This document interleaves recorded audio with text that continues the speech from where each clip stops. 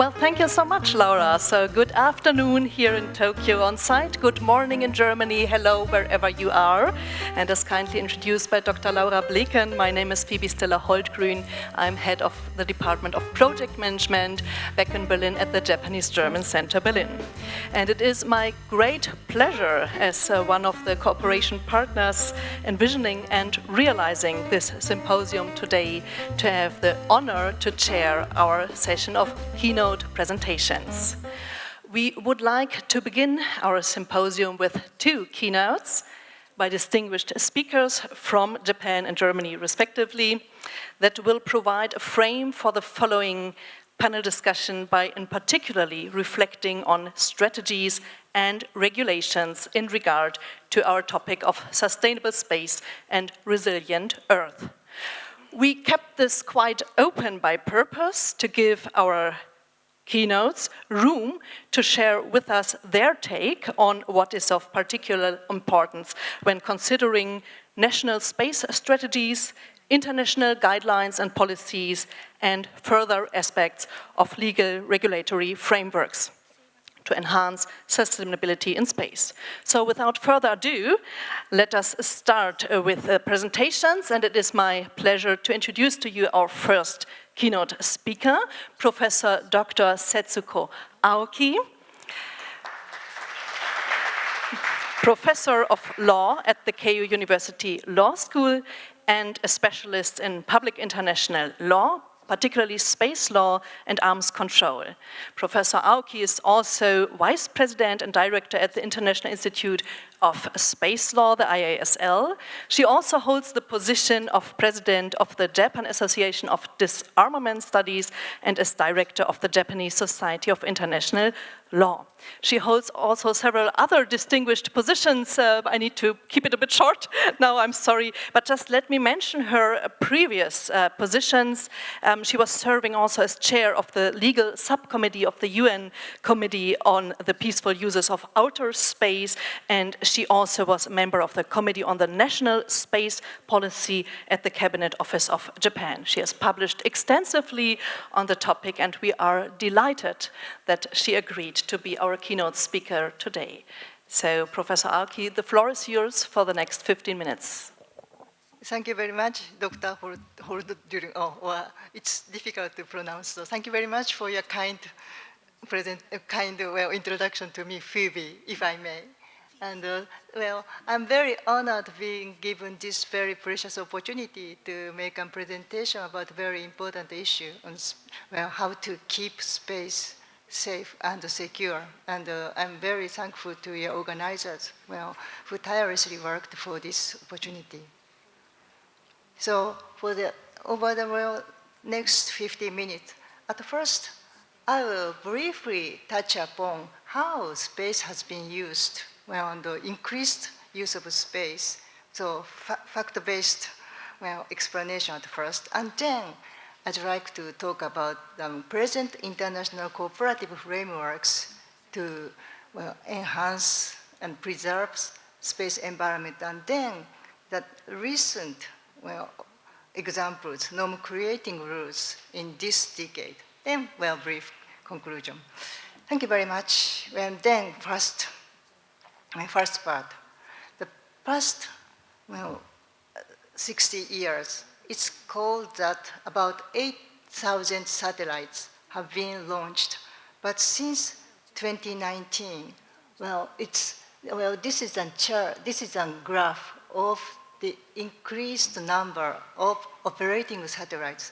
Since 2019, it's annually 1,230,000 satellites have been launched. So more and more congested space, especially in low Earth orbit.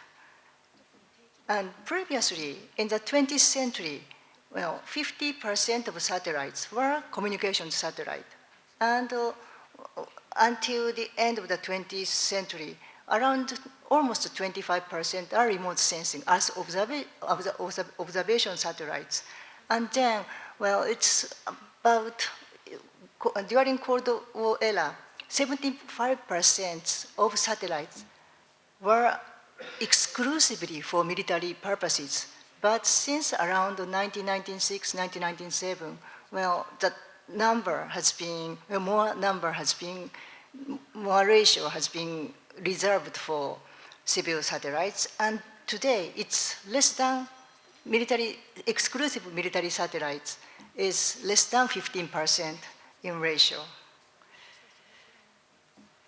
Well, but then again, communication satellites, the ratio has been increased, and it's due to mega constellation project conducted by a small number of companies. And it's 2021, and well, last year. And already, well, it's last May, 13611 communication satellites were working, but last 14th of May, it's just, well, it's not entire communication satellite, just mega Starlink satellites launched by SpaceX accounts for 4,400, well, more than almost 4,500 satellites. So it's the landscape of, well, Earth orbit has been changed very dramatically. And this, well, it's not operating satellites. It's a number of space objects. So operating satellites and space debris. I made this graph based on, well, mostly NASA's information. And then, well, in 2007, because of China's ASAT test, the number of space objects increased. And then 2009, it's the first satellite collision case between Russian Cosmos 2251 and the US Elysium 33. Again, steep. And since 2019, it's, well, because of the mega constellation satellites, it's instantly and rapidly the space object is increasing. The number is increasing. And well, because it's a space object is increasing, well, obviously and naturally, the garbage, space debris also increases. And one of the reasons for increasing space debris is, well, non-necessary anti-satellite test. And this chart describes how many times a destructive anti-satellite test have been conducted and by which countries. And in 21st century, 4 countries have done such kind of test: China, United States, India, and Russia. And in case of China, because the test was conducted in the high altitude, 865 kilometers at the altitude. So, well, the greatest number of space debris had been generated, and it would stay for decades. And from here, it's the frameworks of cooperation. So in the main forum to make space order is today, United Nations.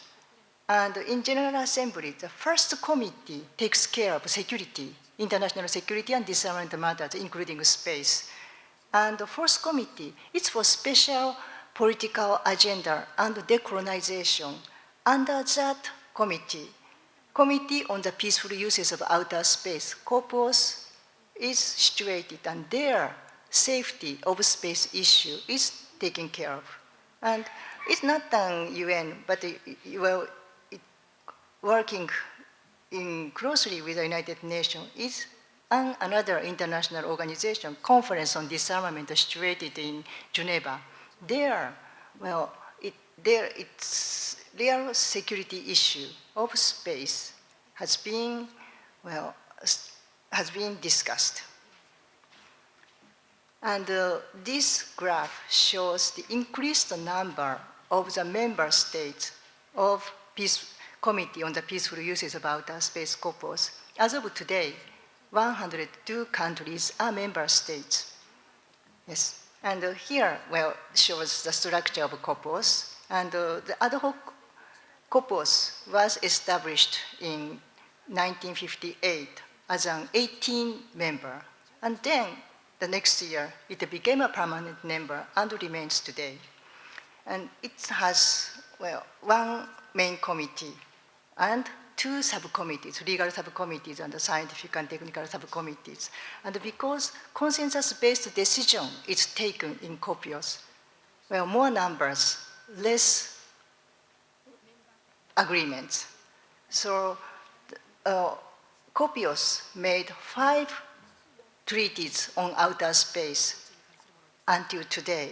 And the last of the agreement, treaty, was made in 1979. At that time, 47 states are members. And since then, no consensus was nurtured. So instead, well, legally binding treaty was not made anymore, but instead, recommendations, United Nations General Assembly resolutions had been made. And also, even not well, GA resolution, guidelines, copious guidelines endorsed by the General Assembly were made. And space debris mitigation guidelines and long-term sustainability guidelines are especially important. So this is a very interesting point in international law. Well, so treaty status is not necessarily needed. Well, treaty is legally binding. Guidelines are not, and the guidelines are not even General Assembly resolution, but contents are important and concrete. Contents are concrete and specific. And if it, well, these guidelines have been implemented in, well, domestic society by national legislation, then it's eventually legally binding, and it, well, gives result. Here, well, shows, well, how to contain the number of space debris. And the center is Interagency Space Debris Coordination Committee called IADC. And IADC comprises 12 space agencies, including Germans and Japanese, and well, also one international organization, European Space Agency. And here, well, important thing, well, let me specifically talk about just one important thing. It's the red characters. It's a technically based guidelines, and it's not made even in the United Nations, but 523, Rule 523 is avoidance of intentional destruction and other harmful activities. This is well related to ASAT. And then, well, sorry, based on IADC's guidelines, United Nations Committee on the Peaceful Uses of Outer Space guidelines, space debris mitigation guidelines was made in 2007, the same year that China made an ASAT test. And there, well, guideline 4 is also avoidance of intentional destruction and other harmful activities. These guidelines are technically based, but well, please have a look at this guideline 4. Intentional destruction of space object, well, should be avoided. And if it does have to be done, well, do that at a low altitude to limit the orbital lifetime of resulting fragment space debris. So this is a node between safety and security. The UN COPIOS and well, other space agencies, associations can make just safety rules, but within that limitations, the cooperation, well, it's limited, but it had a result, and it also tried to guarantee the security of outer space. After 2007, United Nations made some documents. It's documents to promote safety and security of outer space. First committee can do that for secure aspects as well. And COPIOS, just safety. But today, this LTS guideline is very much important, long-term sustainability. Yes, and that was made taking almost 10 years. And well, we don't have time today, so I will show you just some headline of 21st guidelines, legal aspects, and most important operational aspects, including especially the mitigation of space debris and international cooperation, and to develop scientific and technical capabilities to do that. So today, working group for the United Nations are making specifications to implement that. And then, finally, national laws would take care of that. And finally, 2 years ago, UNGA resolution was made to reduce space threats through norms, rules, and the principles of responsible behaviors. And since then, open-ended working group has been held, and what are the irresponsible behaviors and what are responsible behaviors are talked about. And one of the irresponsible behavior is a test. So already, last year, the General Assembly resolution to recommend not to conduct destructive direct ascent anti-missile test was adopted. And Germany and Japan were one of the pivotal players to make it happen in the open-ended working group. So as conclusion, Germany and Japan have been working together to promote strengthened space debris mitigation efforts in various international forums, including especially UN COPIOS and IADC. And second, Japan and Germany have been implementing UN COPIOS 21 LTS long-term sustainability guidelines and reporting each practice to the UN COPIOS each year. And Germany and Japan have been closely cooperating in the first committee of the UN General Assembly to make concrete norms and rules for responsible behaviors. Thank you very much for your kind attention.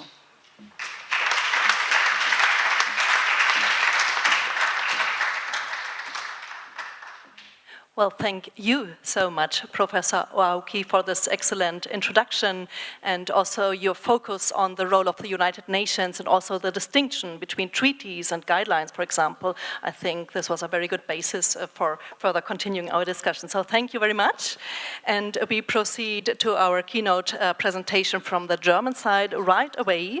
And I'm glad to introduce to you now our next keynote speaker, Mr. Matthias Wachter, who is Managing Director of the German New Space Initiative and Head of the Department for International Cooperation, Security Policy, Raw Materials and Space at the Federation of German Industries, the BDI, in Berlin.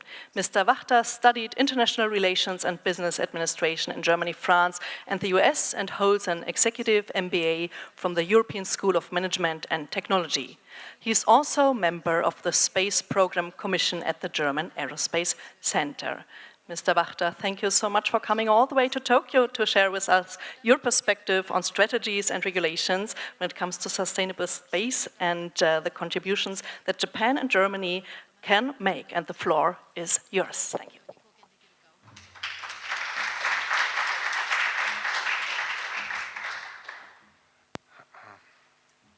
Konnichiwa.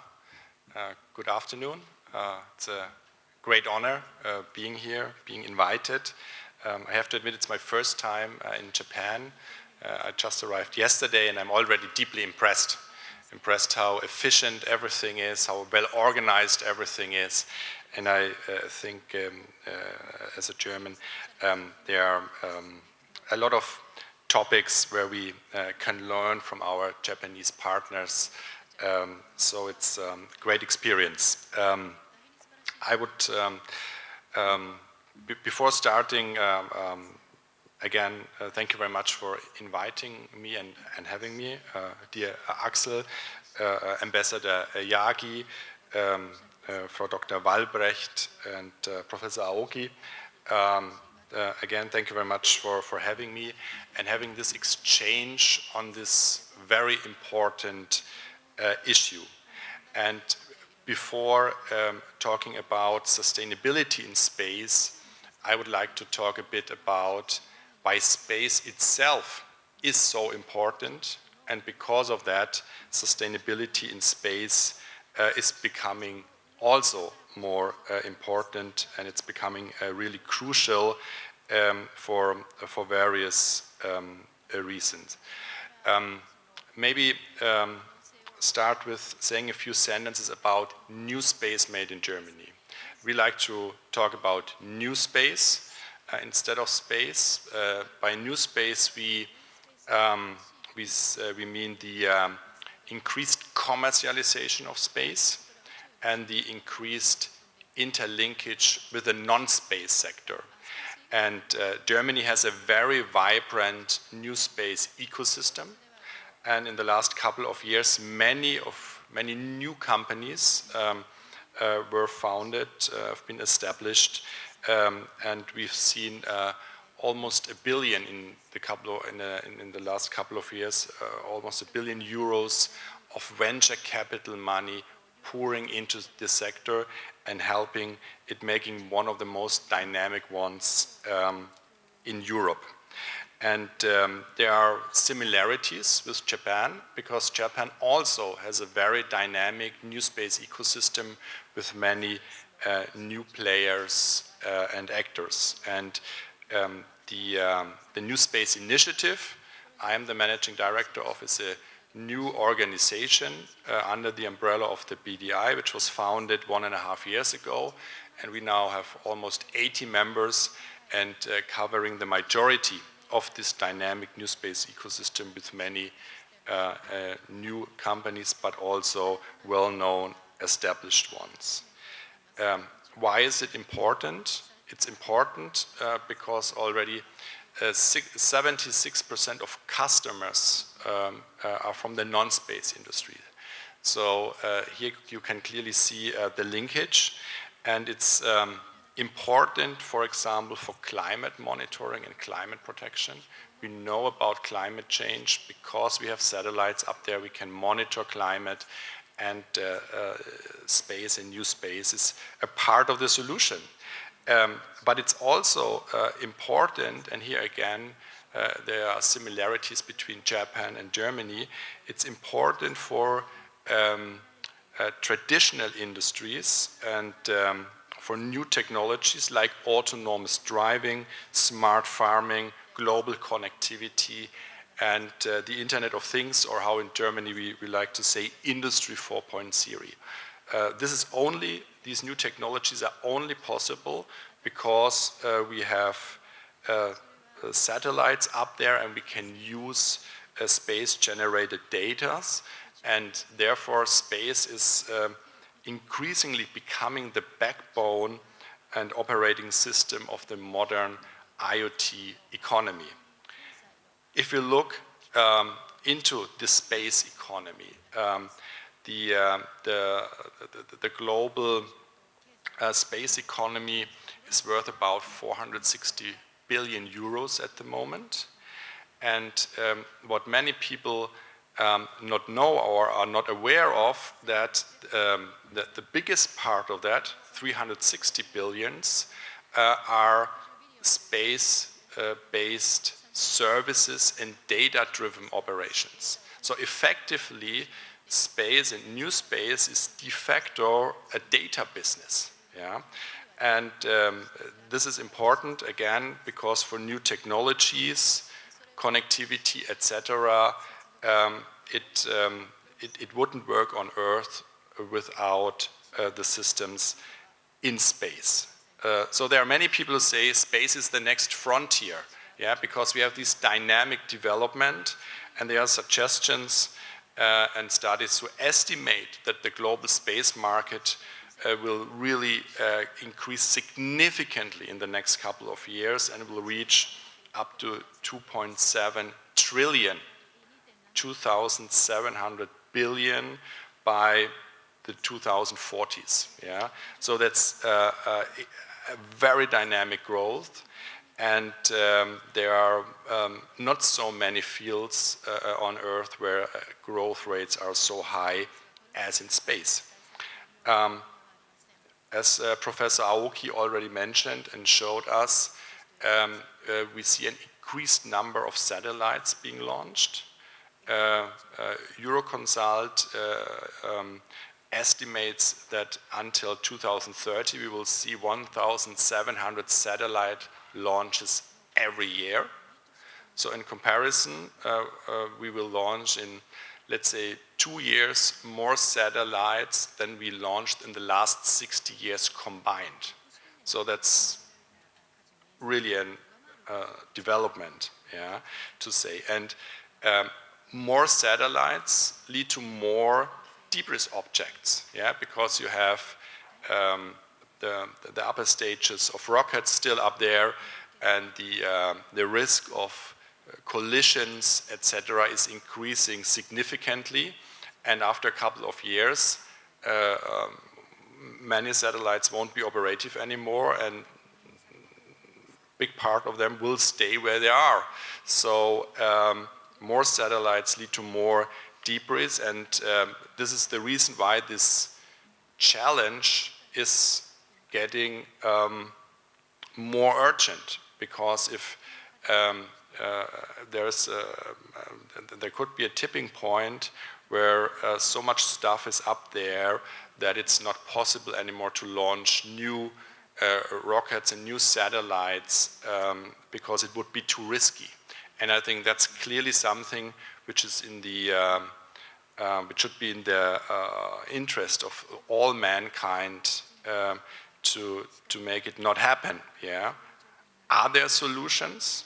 Yes, there are solutions. There are technical solutions to address this challenge, because everything you put up there, you can, technically speaking, you could clean it up, and there are instruments which can help to avoid it. There are instruments to monitor it, to help that no collisions take place anymore, or less collisions take place. So there are solutions, but we need to implement them, and we need to implement them on a global level, because like climate protection, it is a global challenge, and we need a global solution for that. I got asked to say a few sentences as well about the political and legal situation in Germany, so where we are. We already heard from the German embassy that a space strategy is in the making. That's true. The goal is to publicate it by summer this year, so that's ambitious. And sustainability in space shall become a central field of action in the new strategy. And based on that strategy, the German government is planning a national space law. Comparing Japan and Germany again, Japan has a space law, we don't have one. So there is a debate about that as well. And of course, when you have a law, sustainability and regulation is one important aspect. And in parallel, the government is working on a space security law. And the goal here is to better protect the critical infrastructure in space, but not only in space, also the ground segments, from attacks. Because as we have seen, and many people are not aware of, the Russian war of aggression against Ukraine started effectively in space. Because hours before the ground offensive started, Russia launched a cyber attack on a satellite network Ukraine used for communication. So technically speaking, you can say that the war against Ukraine started in space. As I said it before, a global challenge, we need global solutions. And how can Japan and Germany drive global solutions? Yeah. So for example, I believe we could work more together in the field of space traffic management. I think we will hear some remarks about that in the panel discussion later on. We should jointly strive for a global implementation of the guidelines for a safe and sustainable use of space in line with the work of UN Corpus. Professor Aoki may have mentioned that as well. We should promote the preservation, the safety, security and sustainability of space on a multilateral level, including a joint communication. And the long-term goal I think we should strive for is, let's say, kind of an update of the Outer Space Treaty of 1967 to include sustainability much stronger. What about German-Japanese cooperation? I think we can also increase that, and I think we should do that because, like I mentioned before, we have a similar situation. We have a similar industrial structure, and we have a huge similarity when it comes to the dynamic ecosystems of new space we have in Japan and Germany as well. So there are a lot of linkage points where more cooperation would be in the benefit of both of our nations. So for example, I think the existing intra-agency arrangement for strategic partnership between DLR and JAXA, I think could be strengthened and expanded, including private actors. We could think of joint demo missions, for example, when it comes to space debris monitoring. Yeah, so we have great companies which are very successful in this field, and I think it will strengthen this topic if we would do some joint activities as well. We have great new companies in both countries. And as we have learned in the last couple of days, there's a huge interest on both sides, especially on the startup side, to getting in a better exchange with their counterparts in the other country. So I think there could be an kind of state program supported, for example, by DLR, introducing an exchange between Japanese and German new space startups and bringing these worlds together. I think that would make a lot of sense. And also we as New Space Initiative, we are also very open to work together much more with Japanese partner. We as BDI, we have a close collaboration with Kaidan Ren, the industry association here in Japan, and I think we can and should expand that to space activities as well. And last but not least, as I mentioned before, Japan already has a space law. We are thinking about one. So I think the most logical thing would be learning from the Japanese experience and having an exchange between our actors and governments and agencies about the Japanese space law and what we as Germans can learn from the Japanese side. So I think I have got one more minute, yeah, but I'm not going to use that. So thank you very much for having me. Again, it's a great honor, and I'm looking forward for the discussion. Konnichiwa and arigato.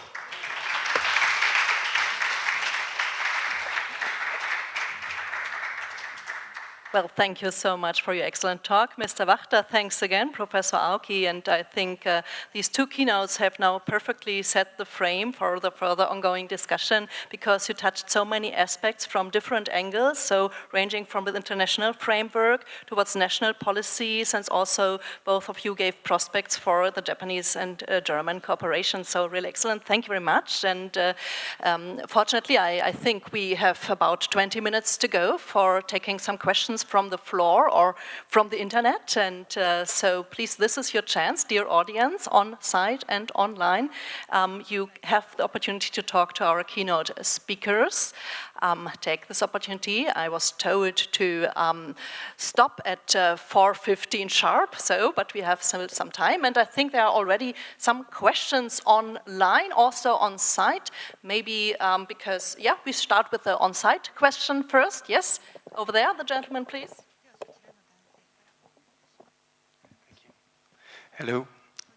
Thank you, everyone. Thanks for the great keynotes. My name is Christopher Kapschul from Germany, also traveled here. And my observation, especially taking away from these keynotes, is that on the one hand side, we see a steep increase of space debris in the regions where we actually want to put a lot of money and have more satellites and services. On the other hand, we see a steady decrease of signatures on the treaties of the UN up until now, from I think 110 in 1967 until just a few nowadays. Do you see any way how we can get that to a good level again, to get nation states come together, or some sort of projects to tackle the problem? Thank you very much. I believe that your question is directed to Professor Aoki, or to both? Actually, to both. So both. Maybe there are two angles to this. All right. Would you mind to start, Professor Aoki? Yes? Thank you very much. Well, great questions. Yes, well, that's true. Well, non-proliferation treaty or UN, well, climate, well, kind of treaties, will always have more than 119 states as states parties. But, well, in case of the outer space treaty, just 110. Well, that, I think that is caused by the indifference by many states which didn't have capabilities to, well, to actively engage in space activities. That situation has been rapidly changing, and today, well, about 70 states have already registered space objects in the UN Space Register. Some countries are not even the states parties to the registration convention, but based on the UN General Assembly resolutions made as early as 1961. Well, for instance, well, Malaysia, Philippines, and other countries have registered, Bhutan, well, Nepal, registered satellites. So they have, well, they just have taken interest in actively using space for their own interest. So if more international cooperation have been, well, have been accelerated, and if the awareness is raised that space is for all countries, all humanity, and it's us, well, who has to protect outer space, then I think eventually, well, 190 states, more than 190 states are becoming parties to the Outer Space Treaty. Thank you very much for your, well, wonderful question. Thank you very much, Professor Aoki. And Mr. Wachter, would you care to add your take too?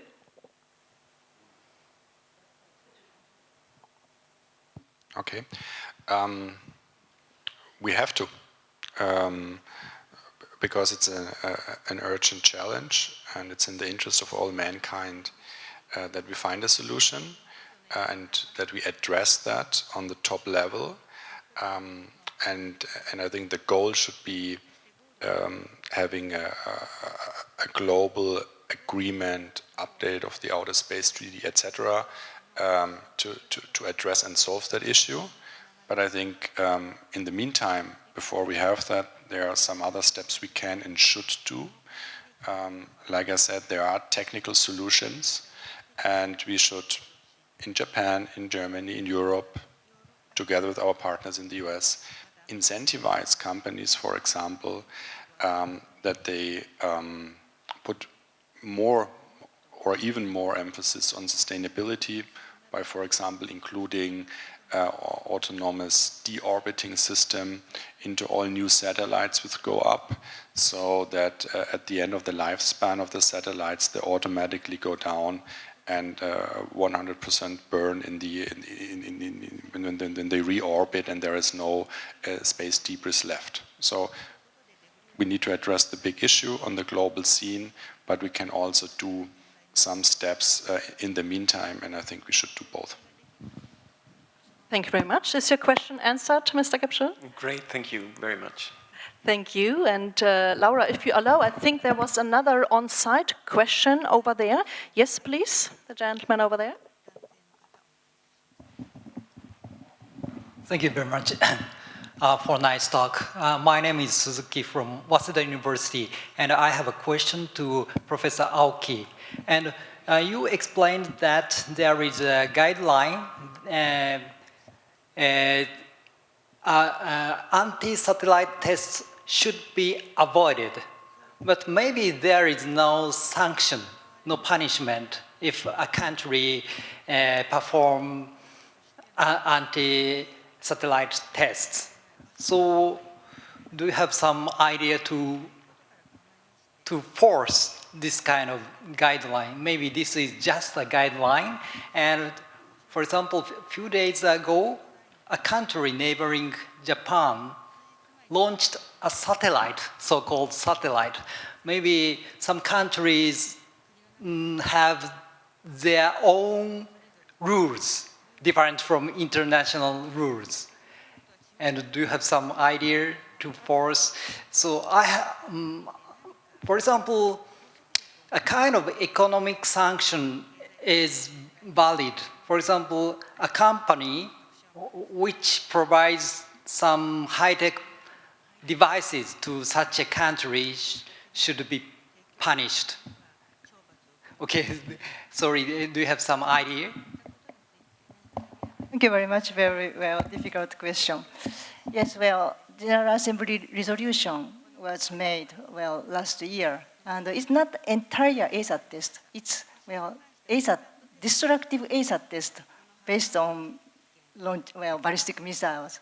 Yeah, but I don't think for this case sanctions or some enforcement is effective. It's for the security of national interest. A state, any state can do anything. So just it takes time, but raising awareness for protecting the orbit as a indispensable, very important domain, common places. So I think it's just such kind of awareness is more important. And also, with respect to the North Korean case, it's a little bit different. It's they are forbidden by Security Council resolutions since 2006 to use ballistic missile technology to launch something. So, in this case, if some high-tech devices are exported to North Korea, it's under the economic sanctions already. But it doesn't necessarily work, so we have to be patient and more awareness than legally binding norms. It's important. That is my opinion. Thank you very much. Thank you. Thank you. Mr. Wachter, the question was directed to Professor Aoki. Would you like to add anything? No, not for the time being. Okay, thank you very much. So I've seen two more hands here in the room, but please allow me that we first include some of the online questions. Maybe, Laura, up to 2 questions. Would you care to read them out? Yes, so we're actually getting a lot of questions, and I will start with one which was rated quite high. That is, are we getting too dependent on private actors like SpaceX regarding satellites and space transportation? So, who would like to start to answer this? Maybe Mr. Wachter this time? I would argue that private actors are part of the solution, because the revolution which is taking place was only made possible because of private actors, yeah, and so I think we need to distinguish between, let's say, really strategic, important, and critical activities in space, which should be only run, of course, by governments. But on the other side, we can use the dynamics and the optimism in the private sector to achieve our goals. Goals like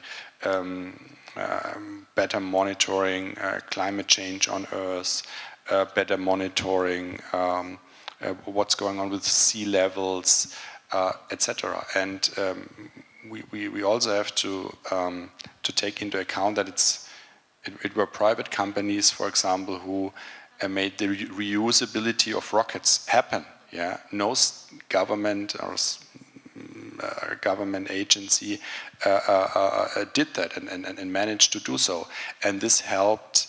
If you can reuse your rockets, it makes the access to space not only cheaper, but also more sustainable. And again, so I think we need a new way of collaboration between government and private actors.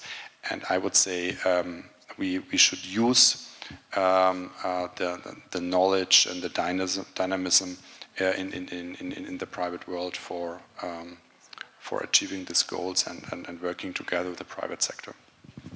Thank you very much. Professor Aoki, would you also like, no?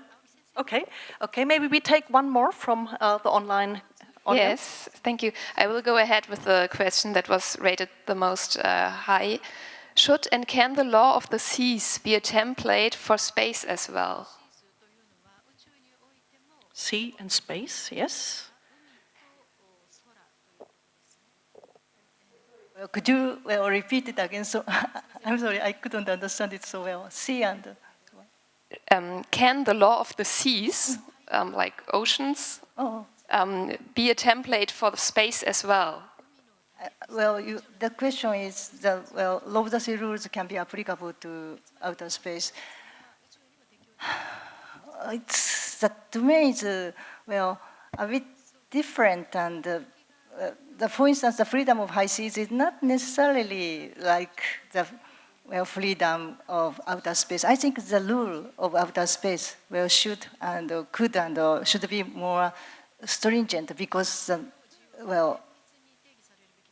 environment is more fragile. And as of today, ships have nationalities. Not the case of the space object. So it's very difficult to answer in one word. But thank you very much for your very interesting question. Thank you very much. So I have two questions from the floor. Maybe we start with Dr. Reinke. Yes, hello, Niklas Reinke, German Aerospace Center. So also, again, from my side, many thanks for joining today and many thanks for distinguished speakers for this great start of the event today. It's more like a comment than a question I got, and it's a little bit in the same direction than Mr. Suzuki just asked about how to sanction governments who don't play fair in space. As we see, space is becoming more and more a place for private activities. So we also heard that we need more space laws, especially in Germany. So I think we also need to get to the point where all launching countries or all countries who have launching companies in their area force or put some pressure on all launching companies to only launch payloads that will not produce further space debris. This is, of course, a difficult thing to do, but I think we learned a little bit from the climate crisis that if the governments don't force the industry or the private sector to take care and therefore also to pay additional costs and to include, let's say, sustainability costs into the product, they will not do so. So I'm not sure if you'd like to add on this from your perspective, but I think this is, I think, some kind of the way we need to go to force more this global code of conduct in this area. Thank you so much. I think that sounds very, very good. But I don't think it's practical. For example, if we look at the launch rates between Europe and the US, 15 years ago, Europe was the leading player when it came to launching commercial satellites. Like 80% of the world market was covered by European launch vehicles. Last year we had a situation, or this year, very actual, we will see 3 launches, European launches, and more than 100 launches by SpaceX alone in the US. So you see the gap really widened, and I fear that it will grow even bigger. And of course, private companies need to be addressed, but it's, I would say, especially private companies in the US. Yeah.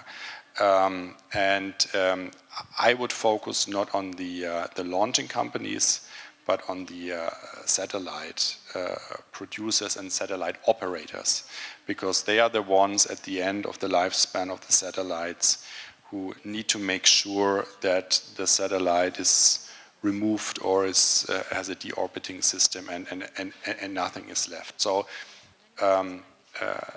yes, there need to be this need to be addressed. Private companies need to take care of that, but I think it's especially in the US where this needs to be addressed, in the US and China, by the way, and we need to focus on the satellite and not on the launching companies. Thank you. And Professor Aoki, please. Well, I agree with you completely. Well, last year, after United States, Russia, and United States, China, and Russia, it was New Zealand. Well, the 4th greatest number of launch of rocket have been conducted 9 times. So in that case, New Zealand, the space law is very important.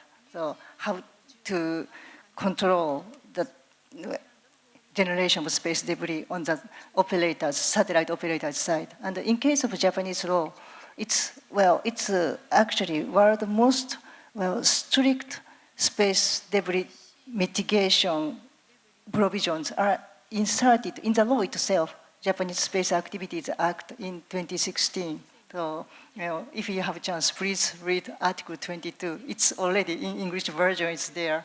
And so every operator has to prove that it completely abide by IADC and ISO and other strict rules. Otherwise, a rocket itself cannot be launched. It's one example. Thank you. Thank you so much. If I just may add a short comment on that. So, if this doesn't take place, who in future will be responsible for keeping space clean or to cleaning up space? Well, we have one more question here, so I think this is a good start for the coffee break later on, but I have a question from Mr. Karpenstein for a final round of answers. Maybe you can also tackle this comment, Mr. Reinke just gave. Thank you very much, Phoebe.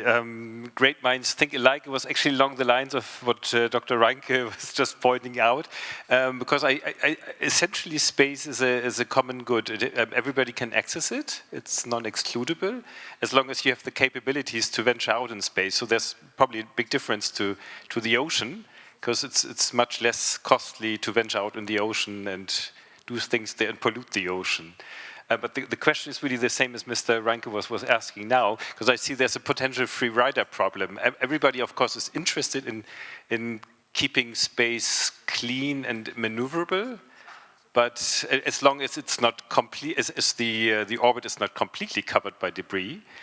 But to think ahead, I would assume some nations would have to take the lead, and the question is, who would bear the costs of doing that? Is there a coalition of the willing? Is it individual countries that can afford to go ahead?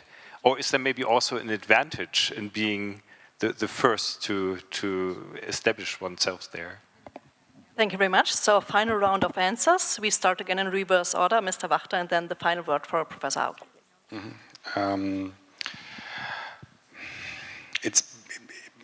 It's really difficult, yeah, and I don't have, let's say, a master solution. I think what we, Japan, Germany, and Europe, what we should do is to make ourselves more important in space, so that we are sitting at the table with the big players, the US and China especially, and have our voices heard. And this is increasingly not the case anymore, because the technological gap is so widening at the moment. And like Professor Aoki said or mentioned, we have about 6,000 satellites in orbit at the moment, and half of them are operated by one private company in the US. Yeah, it's Starlink and SpaceX. So if we are not relevant and we, let's say, start regulating, I fear that won't have such a big impact. Yeah, so we need to sit together, especially with the US. Address that, let's say, in the first round as Western nation, and then try to bring governments like the Chinese one to the table. And I fear a bit if we are, let's say, moving ahead, yeah, and implement too tight regulations, then we will become even more irrelevant. Yeah. So I think at the moment there are like only 30 satellites flying up there with a German flag on it, or under, let's say, with a German registration. Yeah, so that's not a lot, and we need to lead by example, but we also need to make our voice heard stronger, get more important, put more emphasis on this topic, and talk to the others. Thank you very much. Yes, well, today there is no international rules to leave just a space debris is the violation of international rule. So I think it's important to make that norm, that rule, that it's a violation of international law. Then once it's nurtured, well, that rule is made, then the technological development would be hastened, and companies would do that to make money from that project. So, and how to do that is launching states association would be needed. If, you have rockets and it's launched from your territory, that country should make association and to supervise that, supervise the private companies who would use your territory to launch something into outer space. That is a responsibility for those countries, I think. So it takes time, but we should act immediately. Thank you. Well, thank you very much, Professor Aoki, Mr. Wachter, once again for sharing your expertise with us today.